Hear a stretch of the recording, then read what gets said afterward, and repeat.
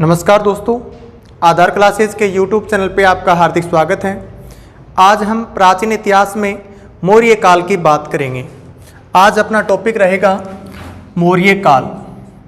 मौर्य काल मौर्य काल के समय की हम बात करें तो आपको समय इसका ध्यान रखना है। 322 ईसा पूर्व से 184 ईसा पूर्व तक मौर्य काल का समय माना जाता है। काफ़ी ऐसी बुक्स भी हैं जिनमें आपको 323 ईसा पूर्व से मौर्य काल का समय माना है, लेकिन 10th की जो बुक है, अजमेर बोर्ड की जो बुक है अपने राजस्थान में, उनके अकॉर्डिंग हमें रिट की तैयारी करनी है और अन्य भर्तियों की तैयारी करनी है, तो उसमें 322 ईसा पूर्व से समय को माना गया है। अब समय की एक प्रक्रिया को यहाँ पे समझने की कोशिश करिए। जैसा ईसा मसीह का जन्म हुआ है, ईसा मसीह का जन्म हुआ है, उसको यहाँ पे पहली ईस्वी माना गया है। उसको क्या माना गया? पहली ईस्वी माना गया। आज की हम बात करें तो वर्तमान में जो सन चल रही है वो कौन सी है? 2020 ईस्वी चल रही है। क्या चल रही है? 2020। कभी ये 1 से स्टार्ट हुई थी और 1, 2 इस तरीके से ये कहाँ पहुँच गई? 2020 पे पहुँच गई है। अब इससे पहले का जो समय है, ईसा मसीह के जन्म से पहले का, उस समय की हम बात करें तो जैसा आपने पढ़ा है कि 1750 ईसा पूर्व तक का जो समय है वो किसका है? वो सिंधु घाटी सभ्यता का है। किसका है? सिंधु घाटी सभ्यता का समय है। इसके बाद में आपने पढ़ा 1500 से 600 ईसा पूर्व, ये जो समय है ये किसका है? वैदिक काल का समय है। वैदिक काल, जिसमें आपने ऋग्वैदिक काल और उत्तर वैदिक काल पढ़ा है। इसके अलावा अब अपन बात कर रहे हैं मौर्य काल की। किसकी? मौर्य काल की। तो मौर्य काल जो है वो प्रारंभ हुआ है 320 ईसा पूर्व से। तो ईसा मसीह के जन्म से पहले की जो घटनाएं हैं वो बीसी कहलाती हैं। 322 बीसी, बिफोर क्राइस्ट, और इसके बाद की जो घटनाएं हैं वो एडी, एनो डोमिनी कहलाती हैं। अब देखिए, आज से कितने वर्ष पूर्व मौर्य काल था उसकी हम बात करें तो 2022 तो ये हो गया, और इसमें आप 322 और जोड़ोगे 2020 में तो ये हो जाएगा 2342 वर्ष पूर्व की बात हो जाएगी। तो इस बात को आप समझ गए होंगे कि ईस्वी और ईस्वी पूर्व में क्या अंतर होता है। नेक्स्ट आगे अपन मौर्य काल पढ़ रहे हैं तो सबसे पहले अपन इसकी जानकारी के स्रोत के बारे में बात करेंगे। सबसे पहला क्वेश्चन बनता है कि मौर्य काल का संस्थापक कौन था? तो मौर्य काल का संस्थापक था चंद्रगुप्त मौर्य। कौन था? पहले ये जो मगध की हम बात कर रहे हैं, मगध पे शासन है नंद वंश का। किसका है? नंद वंश का शासन है। नंद वंश का अंतिम शासक है गणानंद। क्या नाम है? गणानंद। गणानंद को हरा करके चंद्रगुप्त मौर्य ने, गणानंद को हरा करके चंद्रगुप्त मौर्य ने 322 ईसा पूर्व में मौर्य वंश की स्थापना की है। किसकी सहायता से? कौटिल्य या चाणक्य की सहायता से। किसकी सहायता से? कौटिल्य या चाणक्य की सहायता से। अब हम मौर्य काल की जानकारी के स्रोत की बात करते हैं। जानकारी के स्रोत। जानकारी के स्रोत में सबसे पहली बात हम देखेंगे साहित्यिक स्रोत। साहित्यिक स्रोत। साहित्यिक स्रोत के साथ में कुछ विदेशी विवरण देखेंगे। विदेशी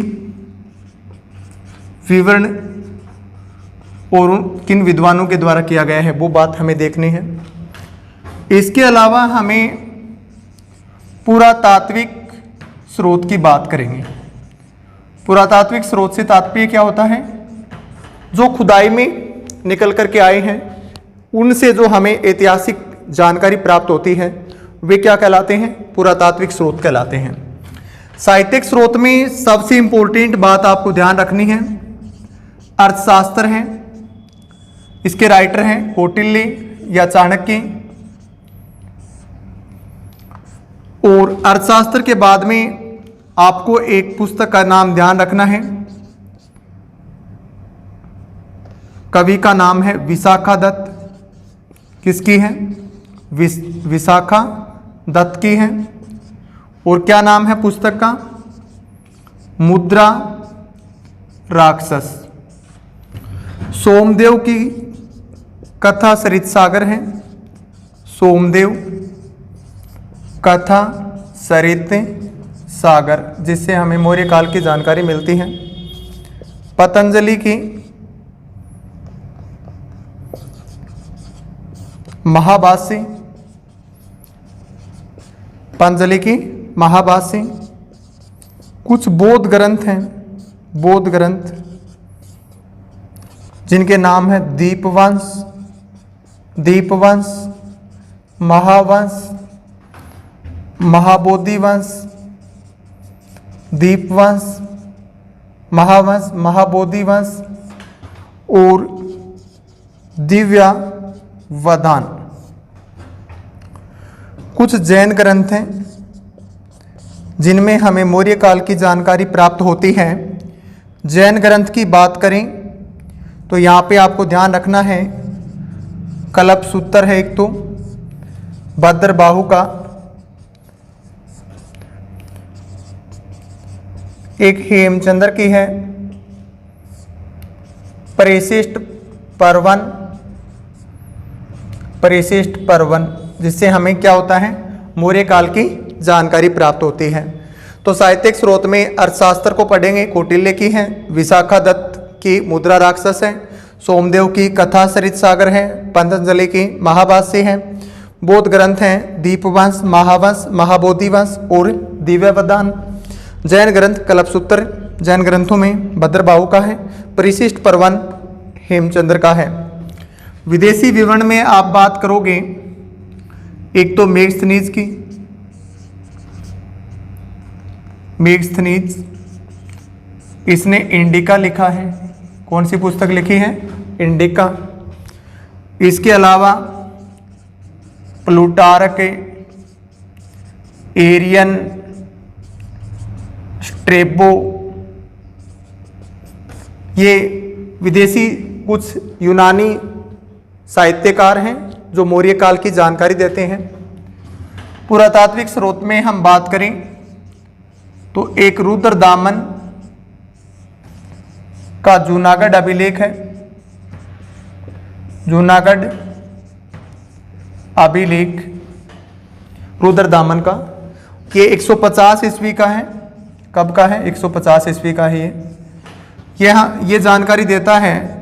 इसमें नाम मिलते हैं, एक तो चंद्रगुप्त मौर्य का नाम का उल्लेख है और एक अशोक के नाम का उल्लेख है। इसके अलावा काली, पोलिस, वाली, मृदभांड जो मौर्य काल की जानकारी दे रही हैं, पंचमारक या आहत मुद्राएं, 52 स्तूप और अभिलेख मौर्य काल की जानकारी दे रहे हैं। तो ये हमने जानकारी के स्रोत पढ़े हैं।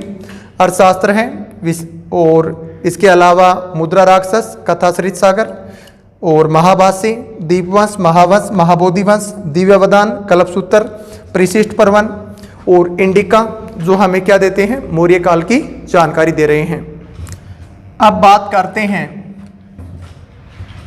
कौटिल्य की। इसके 3 नाम हैं, कौटिल्य, चाणक्य और विष्णुगुप्त। आपने पढ़ा था कि गांधार एक महाजन पद था, उसकी राजधानी थी तक्षशिला और तक्षशिला भारत का प्राचीनतम शिक्षा का केंद्र था और उसमें चाणक्य या कौटिल्य एक आचार्य पद पर नियुक्त थे। गणानंद के द्वारा इनका एक बार भरी सभा में अपमान किया गया। उसके बाद इन्होंने कसम खाई थी कि मैं एक दिन नंद वंश का विनाश करूंगा, और नंद वंश का विनाश करते हैं ये चंद्रगुप्त मौर्य को तैयार करते हैं एक अच्छी सेना के साथ में, और गणानंद के साथ युद्ध होता है 322 ईसा पूर्व में, और उस युद्ध में नए साम्राज्य की स्थापना होती है। वो कौन सा साम्राज्य है? मौर्य साम्राज्य है। नंद वंश का अंतिम शासक गणानंद, जिसको हराया गया है किसकी सहायता से? कौटिल्य की सहायता से। शासक कौन बना? चंद्रगुप्त मौर्य बना। और प्रधानमंत्री कौन बना? कौटिल्य बना। उसके बाद में चंद्रगुप्त मौर्य का जो उत्तराधिकारी बिंदुसार है, उसके शासनकाल में भी कौटिल्य प्रधानमंत्री पद पे रहे हैं। तो कौटिल्य के पिता के नाम की बात करें हम, तो इनके पिता का नाम है चाणक्य। चाणक्य का बेटा चाणक्य कहलाया है। इसके बचपन का नाम पूछे आपसे, सॉरी मूल नाम की हम बात करें तो मूल नाम है अजय। क्या है? अजय है। विष्णुगुप्त जो है ये इनके बचपन का नाम है। बचपन का नाम पूछे तो क्या है? विष्णुगुप्त है। अब इनको भारत का मैकियावेली कहा गया है। भारत का मैकियावेली। भारत का मैकियावेली किसको कहा गया है? भारत का मैकियावेली कौटिल्य चाणक्य को कहा गया है। मैकियावेली कौन है? मैकियावेली एक प्रतिष्ठित विद्वान, दार्शनिक विद्वान हैं, और ये इटली के हैं। कहाँ के हैं? इटली के हैं। आपसे पूछा जाए कि द प्रिंस के राइटर का नाम बताइए, तो द प्रिंस एक पुस्तक है प्रतिष्ठित। वो किसने लिखी है? मैकियावेली ने लिखी है। और कौटिल्य की तुलना किससे की गई है भारत में? मैकियावेली से की गई है। द प्रिंस में ऐसा उल्लेख कहा गया है कि कोई व्यक्ति किसी के पिता की हत्या कर देता है, उससे ज़्यादा बड़ा अपराधी माना गया है यदि कोई आपकी संपत्ति पर अधिकार कर लेता है तो। नेक्स्ट अगली बातें अपन करेंगे अर्थशास्त्र की। तो ये ध्यान रखना है, कौटिल्य, चाणक्य, विष्णुगुप्त। कौटिल्य या चाणक्य का बचपन का नाम विष्णुगुप्त है। इनके पिता का नाम चाणक्य है। मूल नाम क्या है? अजय है। और इनकी तुलना किससे की गई है? मैकियावेली से की गई है। और ये कहाँ पे अध्ययनरत हैं? कहाँ पे पढ़ा रहे हैं? आचार्य पद पे। तो ये आचार्य पद पे तक्षशिला विश्वविद्यालय में पढ़ा रहे हैं, और इन्हीं की सहायता से मौर्य वंश की स्थापना होती है। अपन बात करते हैं अर्थशास्त्र की, जो सबसे इंपॉर्टेंट है। अर्थशास्त्र के लिए कुछ क्वेश्चन। अर्थशास्त्र, इसमें सबसे पहली बात आती है कि अर्थशास्त्र में कितने अभिकरण हैं? अभिकरण का अर्थ है भाग। इसमें भाग हैं टोटल 15। उसके बाद में प्रकरण। अर्थशास्त्र में कितने प्रकरण हैं? प्रकरण को कहा गया है उपभाग। उपभाग कितने हैं? 180 हैं। किस भाषा में लिखा गया है? तो ये संस्कृत भाषा में लिखा गया है अर्थशास्त्र। किस भाषा में? संस्कृत में। शैली पूछे आपसे, किस शैली में लिखा गया है? तो ये चंपू शैली में लिखा गया है। किस शैली में? चंपू शैली में। चंपू शैली का मतलब क्या होता है? गद्य व पद्य की शैली। गद्य व पद्य की जो शैली होती है वो क्या कहलाती है? चंपू शैली कहलाती है। इसके अलावा ये तत्पुरुष, या ये कहें तृतीयक पुरुष में लिखा गया है, जिसको अन्य पुरुष भी कहते हैं। अन्य पुरुष, अन्य पुरुष में लिखा गया। अन्य पुरुष का क्या मतलब हुआ? अन्य पुरुष का मतलब ये हुआ, इसमें पार्टिकुलर किसी का नाम नहीं दिया गया। इसमें न तो चंद्रगुप्त मौर्य का नाम आता है, न किसी अन्य शासक का नाम आता है। इसमें किसी शासक का नाम नहीं है। किसी शासक का नाम नहीं है। क्वेश्चन आता है कि अर्थशास्त्र में निम्न में से कौन से शासक के नाम का उल्लेख किया गया, तो आपको बताना है कि अर्थशास्त्र में एक ऑप्शन आएगा किसी व्यक्तिगत नाम का उल्लेख नहीं है, किसी शासक के व्यक्तिगत नाम का उल्लेख नहीं है। एक बात ध्यान रखनी है, पाटलिपुत्र के नाम का उल्लेख भी नहीं है, इसमें पाटलिपुत्र के नाम का भी उल्लेख नहीं किया गया है। अर्थशास्त्र पुस्तक जो है ये सैद्धांतिक पुस्तक मानी गई है, इसमें किसी धर्म का उल्लेख नहीं है, किसी धर्म संबंधी उल्लेख नहीं है, ये ध्यान रखना है, धर्म संबंधी उल्लेख नहीं। किसमें? अर्थशास्त्र में। इसमें ये राजनीति पर आधारित है। किस पे आधारित पुस्तक है? राजनीति पर आधारित पुस्तक है। नाम क्या रखा गया? अर्थशास्त्र। अब राजनीति पर आधारित है तो अर्थशास्त्र नाम क्यों रखा गया? तो इसके लिए आपको दो बातें समझनी है। जैसे कोई भी राज्य होता है, उस राज्य में दो प्रक्रियाएं आएंगी। एक तो आएगा कि उस राज्य का जो टैक्स सिस्टम होता है, कर प्रणाली, और एक होता है आमजन, जनता। तो इसमें कर प्रणाली का उल्लेख किया गया है।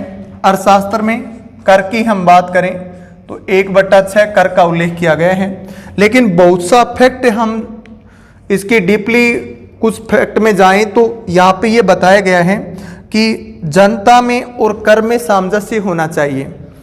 अप्रत्यक्ष कर की बात की गई है। इसमें कौन से कर की बात की गई है? अप्रत्यक्ष कर की बात की गई है।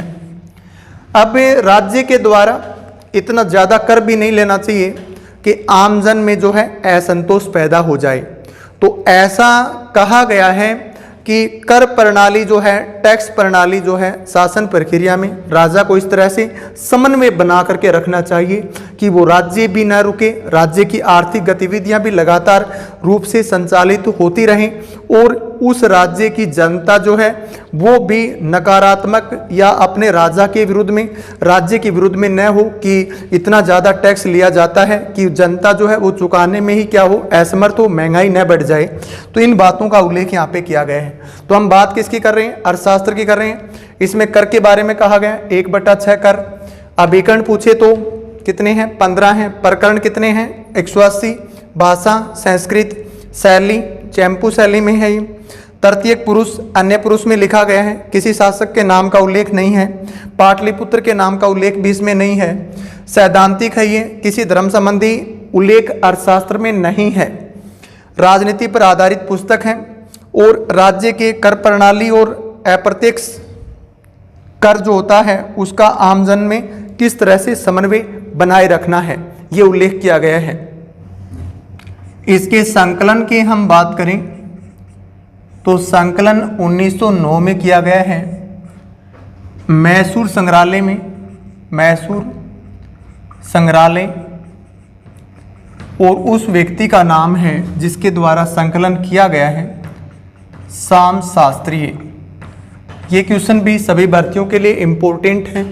क्वेश्चन आए कि अर्थशास्त्र का संकलन किसने किया है, तो कौटिल्य या चाणक्य ऑप्शन में जरूर आएगा, लेकिन संकलन का मतलब इसको एक जगह इकट्ठा करने का कार्य लिखा तो किसने है? कौटिल्य ने है, लेकिन ये मूल रूप से एक पुस्तक के रूप में इसका संकलन करने का कार्य किसने किया? श्याम शास्त्री ने किया है। अब इसमें हम बाघ की बात करते हैं। टोटल इसमें कितने बाघ हैं? 15 बाघ हैं। 15 बाघ में अपन तीसरा भाग, तीसरा, चौथा और छठे भाग की बात करते हैं। तीसरा जो भाग है इसमें धर्मस्थलीय न्यायालय की बात की गई है। धर्मस्थलीय न्यायालय की बात की गई है। कौन से भाग में? तीसरे भाग में। और धर्मस्थलीय न्यायालय जो होते हैं कौन से न्यायालय होते हैं? दीवानी न्यायालय होते हैं। इसके अलावा चौथा जो भाग है इसमें कंटक शोधन न्यायालय की बात की गई है। कंटक शोधन न्यायालय की कौन से भाग में? चौथे भाग में। और ये किस प्रकार के न्यायालय होते हैं? ये फौजदारी न्यायालय होते हैं। कैसे होते हैं? फौजदारी न्यायालय होते हैं। छठा जो भाग है इसमें सप्तांग सिद्धांत की बात की गई है।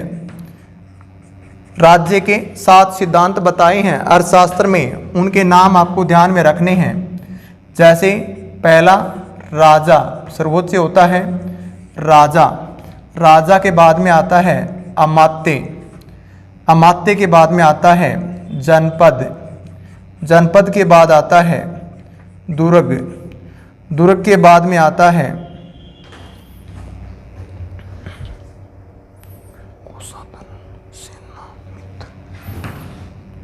कोषाधन,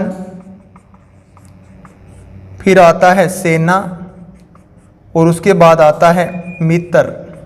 तो इस तरीके से सप्तांग सिद्धांत का उल्लेख है अर्थशास्त्र में। राजा, अमात्य, जनपद, दुर्ग, कोषाधन, सेना और मित्र कहा गया है अर्थशास्त्र में कि मित्र जो है उससे 10 गुना ज़्यादा खतरा सेना को है, सेना से 10 गुना ज़्यादा खतरा कोषाधन को है, कोषाधन से 10 गुना ज़्यादा खतरा दुर्ग को है, दुर्ग से 10 गुना ज़्यादा जनपद को है और जनपद के 10 गुना ज़्यादा अमात्य को है। अमात्य को यदि कोई अमात्य दूसरे राजा के साथ मिल लिया तो उस राज्य के राजा का विनाश तय है। और सबसे ज़्यादा खतरा किसको है? राजा को है। तो राजा को बचाने के बारे में कहा गया है कि राजा को किस तरीके से बचाया जाए। मौर्य काल में अपन पढ़ेंगे कि राजा की जो सिक्योरिटी होती है वो बहुत हाई लेवल की सिक्योरिटी होती है, जैसा कि वर्तमान में जिसको हम जेड श्रेणी की सुरक्षा कहते हैं। क्योंकि अर्थशास्त्र में राजा ही अगर किसी दुश्मन के हवाले आ गया है तो उस राज्य का कोई अस्तित्व नहीं है, ऐसा कहा गया है। इसके अलावा अर्थशास्त्र में तीर्थ की बात की गई है, 18 तीर्थ बताए गए हैं अर्थशास्त्र में। सड़क की बात की गई है।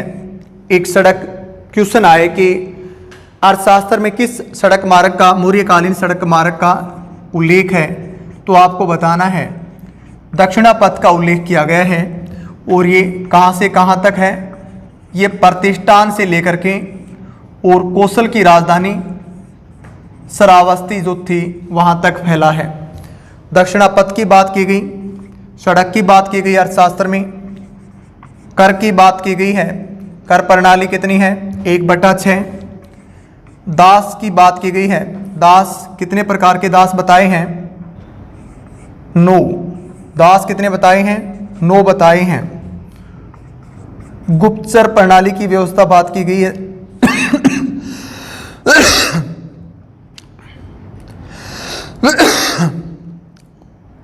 गुप्तचर में, गुप्तचर को क्या कहा गया है? गुड पुरुष कहा गया है। इस विभाग को कहा गया है, गुप्तचर विभाग को अर्थशास्त्र में महामात्य सहस्रप। महामात्य सहस्रप। गुप्तचर कितने प्रकार के होते थे? 2 प्रकार के बताए गए हैं। एक तो संचरा और एक संस्था। संचरा संचरण करके, घूम करके गुप्तचर सूचनाएं प्राप्त करते थे। संस्था जो है वो स्थायी एक स्थान पे रह करके गुप्तचरिंग करते थे।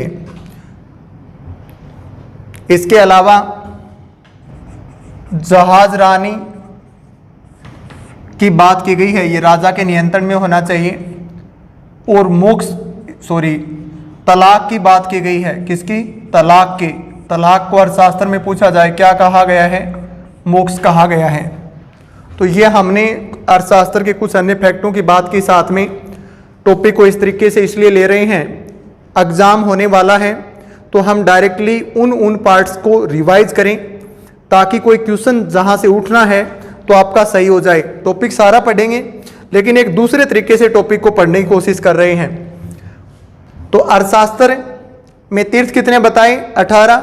सड़क, दक्षिणापथ या मार्ग पूछे, दक्षिणापथ कहाँ से कहाँ तक है? प्रतिष्ठान से श्रावस्ती। कर की बात करें तो 1/6 और जो मेघस्तनीज की इंडिका है उसमें 1/4 कर का उल्लेख किया गया है। इसमें दास प्रणाली की बात की गई है, दास प्रथा बताई है। कितने प्रकार के दास बताए हैं? 9 प्रकार के। इंडिका कहती है दास प्रणाली नहीं थी। गुप्तचर जो है उसको गुड पुरुष कहा गया है। विभाग जो है महामात्य सहस्रप कहा गया। संचरा घूम करके जो गुप्तचरिंग करते थे उनको संचरा। एक होती थी संस्था जो स्थायी रूप से गुप्त रिंग करते थे। तो ये हमने मौर्यकालीन आज कुछ प्रारंभिक फैक्ट के बारे में बात की है। धन्यवाद।